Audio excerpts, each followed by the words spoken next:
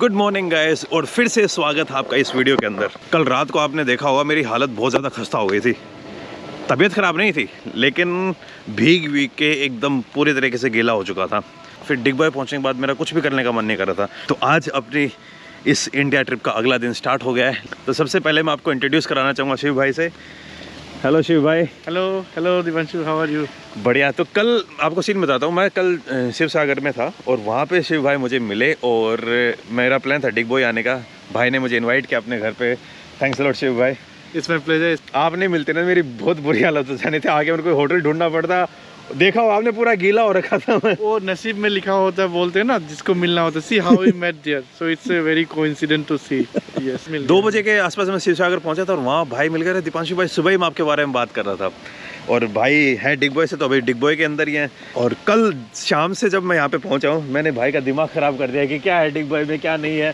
तो भाई कल शाम से मुझे डिगबॉय के बारे में पूरी स्टोरी बता रहे हैं। तो जैसे कि आप इस वीडियो के टाइटल से समझ गए होंगे, मैं हूँ अभी इंडिया की ऑयल टाउन के अंदर। इंडिया के अंदर सबसे पहले ऑयल डिस्कवर हुआ था आसाम में। आसाम में डिगबॉय के पास एरिया पड़ता है, वहाँ पे इंडिया की फ़र्स्ट ऑयल ड्रिलिंग हुई थी।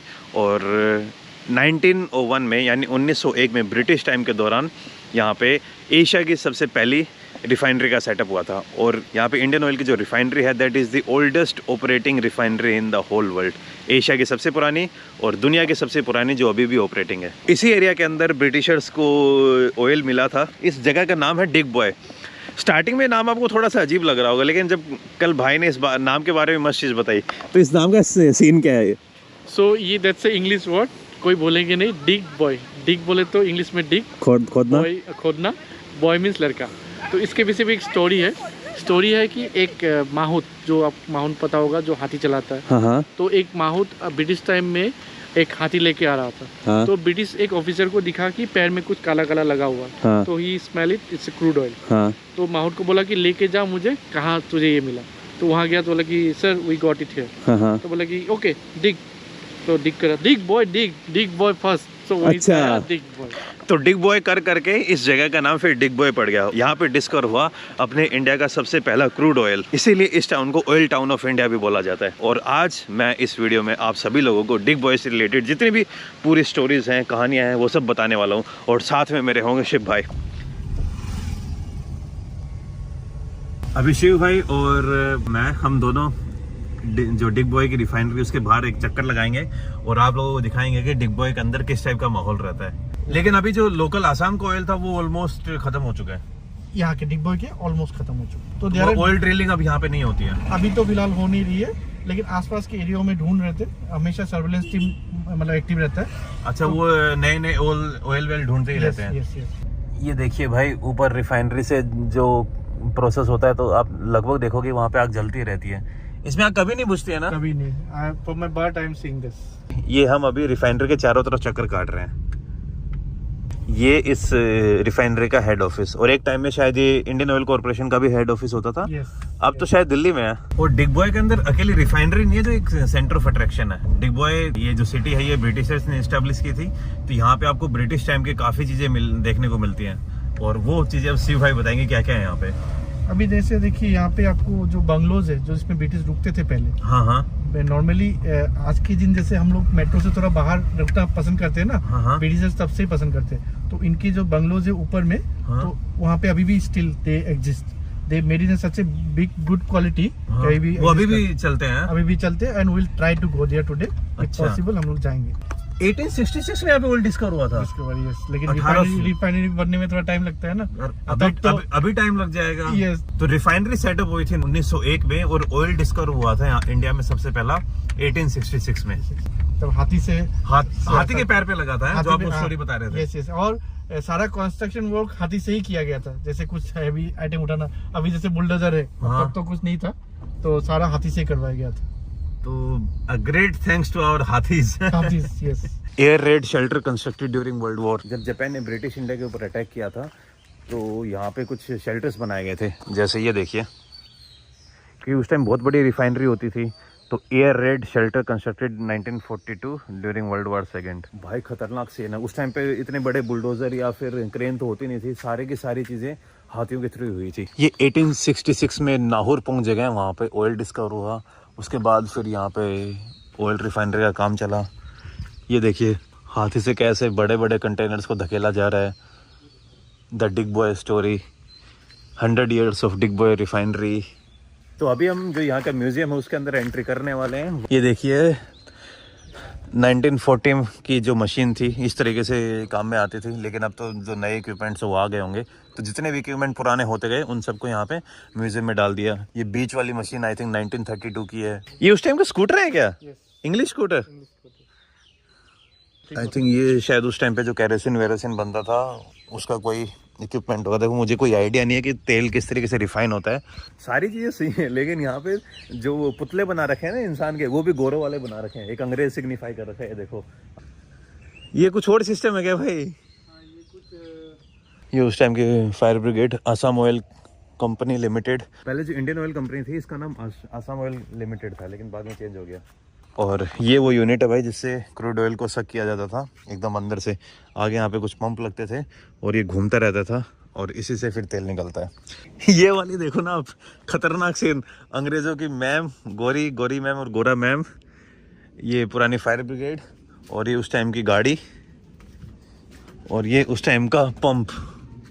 मैं अभी तक चक्कर में पड़ा हुआ था कि भाई ये टावर किस काम में आता है। बाद में समझ आया भाई इस टावर के ऊपर कोई मशीन लगती थी और यहाँ से ऑयल ड्रिल होता था। तो ये है भाई सामने तेल का कुआं, और इस तेल के कुएं में से कुछ सालों पहले तक तेल निकलता था। और अपने इंडिया का सबसे ओल्डेस्ट तेल का कुआं अभी आप सामने देखने वाले हो। Discovery well number 1 Digboi, India's first commercial oil well. ये अपने इंडिया का सबसे पहला तेल का कुआं था जहाँ से पहली बार तेल निकला था। ये है भाई अपने इंडिया का पहला तेल का कुआं। है एशिया का? अरे हाँ, नॉट जस्ट इंडिया का, ये एशिया का सबसे पहला तेल का कुआं था। और यहाँ पे 2 कंपनीज हैं, ऑयल इंडिया तेल निकालती है और इंडियन ऑयल कॉर्पोरेशन रिफाइनरी है। और एक भी है ONGC जो गैस निकालती है। हाँ यहाँ पे गैस भी बहुत ज़्यादा निकलती है भाई। कई लोग सोच रहे होंगे यहाँ पे नॉट जस्ट पेट्रोलियम, यहाँ पे गैस भी निकलती है। और लास्ट ईयर शायद आप लोगों ने सुना होगा एक काफ़ी मिसहैप हो गई थी, तो वो ONGC के अंडर ही हुई थी। ONGC के अंदर ही हुई थी, जो पूरी शायद 2 महीने तक जली। 2 महीने तक लगातार आग जली थी वहाँ पे, क्योंकि गैस लीकेज हो गया था और वो चीज़ बंद ही नहीं हो पा रही थी। उसके लिए कुछ मेजर इक्विपमेंट चाहिए थे जो शायद अपने पास उस टाइम थे नहीं। और ये देखिए यहाँ पे ये ऑयल वाटर सेपरेटर है, लेकिन इसके अंदर थोड़ा बहुत क्रूड ऑयल पड़ा हुआ है। तो अगर आपने क्रूड ऑयल देखा नहीं है तो एकदम ऐसा दिखता है, एकदम काला काला। देख रहे हो, खतरनाक। मैं आपको दिखाता हूँ, ये क्रूड ऑयल मिट्टी के साथ मिल गया। ये देखिए क्रूड ऑयल। ये क्रूड ऑयल क्या होगा, मिट्टी के साथ जम गया। सुंघा एक बार यार, कैसा होता है? अजीब सी स्मेल है यार। अजीब सी, बिल्कुल। वो लुब्रिकेंट टाइप नहीं होती है? लुब्रिकेंट टाइप की स्मेल है। लुब्रिकेंट भी इसी से निकलता है ना? इसी से निकलता है, सारा इसी से। एक क्रूड ऑयल इसीलिए तो पूरा पंगा है ना। मुझे ऐसा वहम था कि चाय ब्रिटिशर्स लेके आए थे, लेकिन भाई बता रहे कि चाय ऑलरेडी असम में था, लेकिन उसको पता ही नहीं था कि इसको पी भी सकते हैं।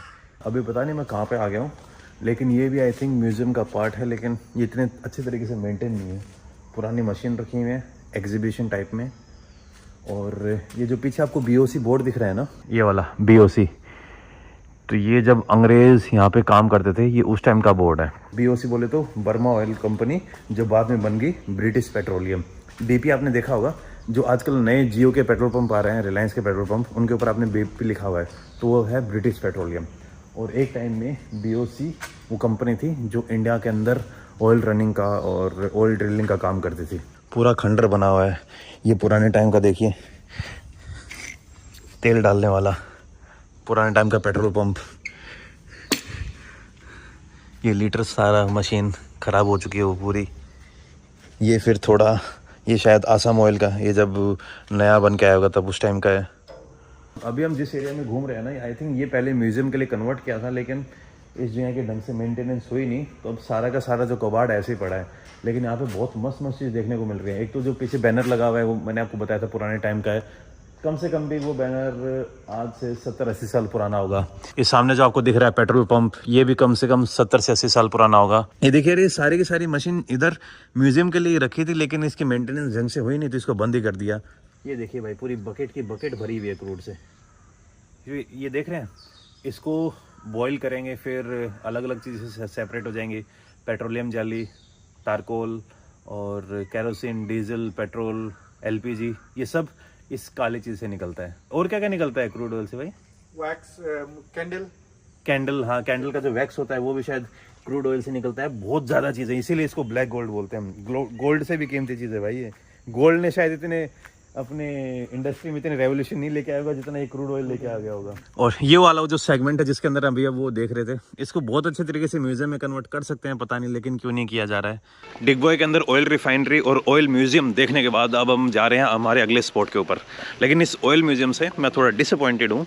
एक तो मुझे अंदर कैमरा नहीं ले जाने दिया, जो म्यूजियम का मेन पार्ट था जहाँ पे पुराने टाइम की फोटोग्राफी और पूरी इस ऑयल रिफाइनरी को हिस्ट्री में दिखा रखा है। और दूसरा, ये थोड़ी और अच्छे से मेंटेन की जा सकती है। तो प्लीज़ जो भी लोग ये वीडियो देख रहे हैं, if they are working in related to this refinery, please इसके ऊपर फोकस करो यार। टूरिज़्म अगर आप यहाँ पे लेके आओगे तो लोग खुश होके आएंगे। This is India's first oil refinery, तो it's a kind of pride for our nation. और मैं खुश हूँ कि मैं इस रीडिस्कवरिंग इंडिया ट्रिप के अंदर इस रिफाइनरी के बारे में बात कर रहा हूँ, इस रिफाइनरी के बारे में आप लोगों तक पहुँचा पा रहा हूँ।